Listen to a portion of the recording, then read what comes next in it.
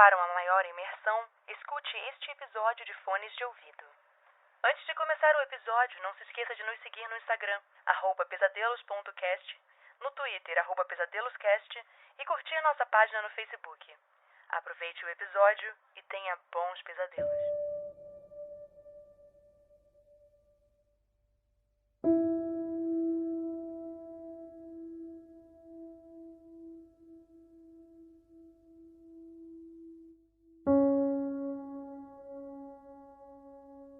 A Escolha, por William Camargo.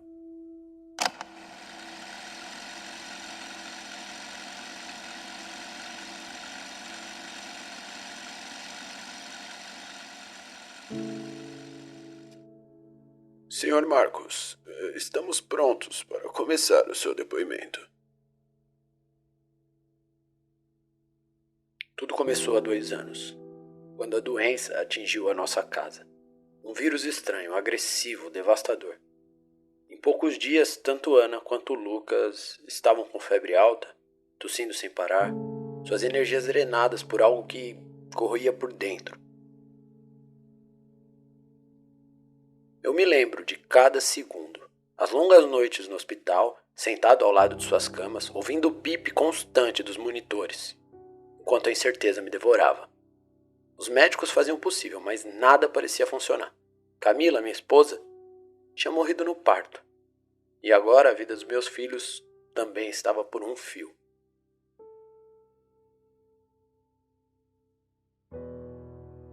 Quando os médicos disseram que só havia um respirador disponível, algo dentro de mim se quebrou por completo. Não era uma opção. Não era possível que um pai tivesse que escolher entre os 2 filhos. Mas a realidade era implacável. O hospital estava sobrecarregado, recursos escassos e a escolha tinha que ser feita por mim e rápido. Ana sempre foi a mais frágil. Desde que nasceu, ela era doente, delicada. Lucas, por outro lado, era forte, um garoto que não reclamava, que enfrentava o mundo com coragem.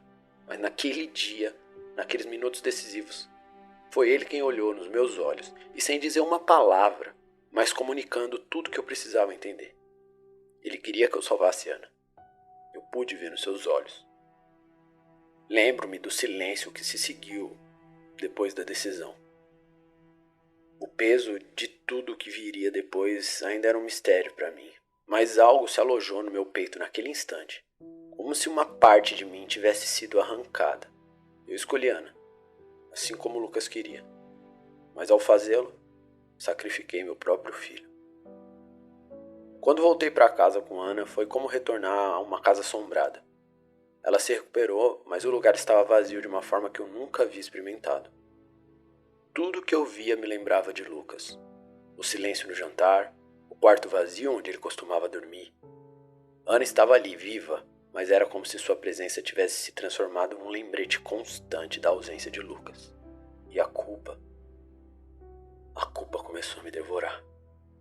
Eu tentei seguir em frente, tentei ser o pai que Ana precisava, mas dia após dia a dor de ter escolhido deixá-lo morrer se tornou insuportável.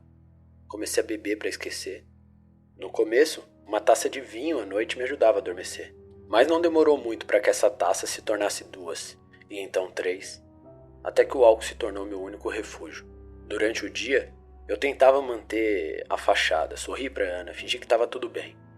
Mas à noite, no silêncio da casa, eu mergulhava na escuridão que havia criado para mim.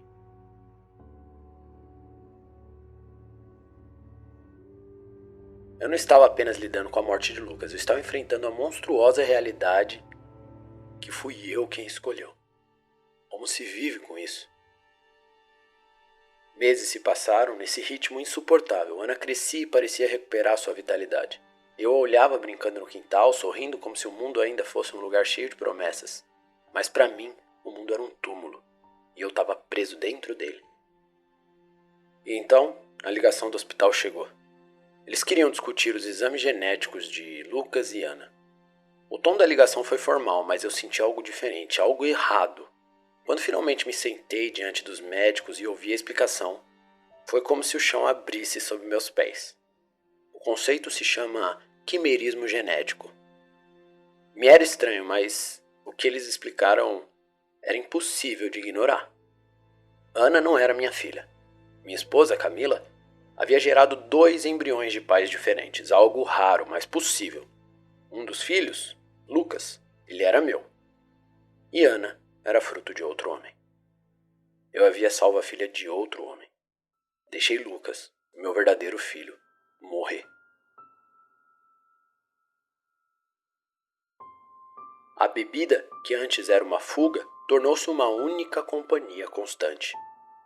Eu a amava, mas como lidar com a realidade da escolha que eu fiz? A escolha que tirou a vida de Lucas foi baseada numa mentira? Cada vez que eu olhava para ela, uma raiva surda crescia dentro de mim.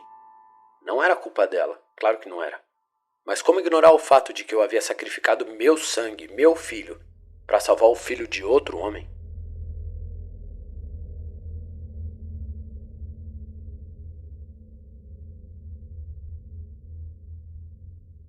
Era um peso que eu não podia mais carregar. Então veio a noite que destruiu o que restava de mim. Bêbado, como sempre, cambaleei até o quarto de Ana. Ela estava dormindo, tão inocente, tão alheia a todo o caos que desenrolava dentro de mim.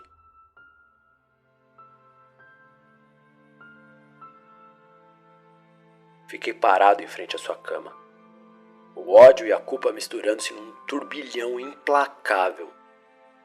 Era a prova viva do meu erro. Cada respiração dela era um lembrete de que eu havia escolhido errado.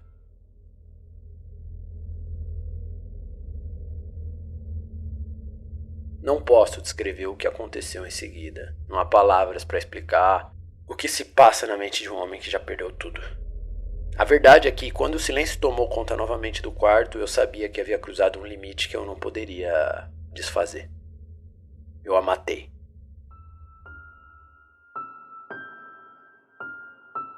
Agora, tô aqui nessa sala prestando depoimento e o peso do que eu fiz é insuportável. Não há redenção, não há caminho de volta. Eu matei minha própria filha, mesmo sabendo que ela não era mais do meu sangue, mas ainda era minha filha. O que importa agora? As algemas em meus pulsos são nada comparadas às correntes invisíveis que me prendem à minha culpa. Eu escolhi errado e agora o que me resta é o vazio.